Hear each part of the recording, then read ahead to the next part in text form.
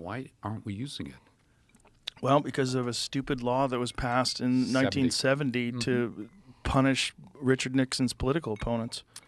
That's really what it is. Was it? Yeah, that's what it is. It was about the civil rights movement and the anti-war movement. And so one of the ways to get at these people, they knew that one of the big shifts of culture, if you go back to, like, we talk about it ad nauseum on the podcast, but there's just a gigantic shift in culture from the 1950s to the 1960s.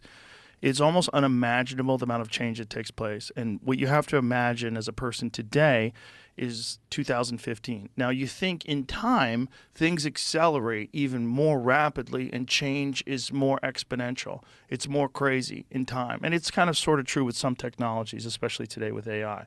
But if you go back to 2015, and if you were just driving around in 2015, everything is essentially the same. The phones look pretty much the same. The cars look pretty much the same. There's not much difference. There's not much difference in your life. If you go from 1959 to 1969, you have a totally different fucking world. You have a totally different world of culture, totally different world of movies, totally different world of music, totally different world of automobile design. You have a totally different world that I believe is inspired by psychedelic drugs. And when Nixon throws the water on the psychedelic movement in 1970 and makes them all Schedule 1, including things that aren't even psychoactive. By the way, missed a bunch of really good ones. Missed a bunch of really good ones that are still legal. One of them was salvia, which is fucking bananas, an insanely potent psychedelic drug that was completely legal.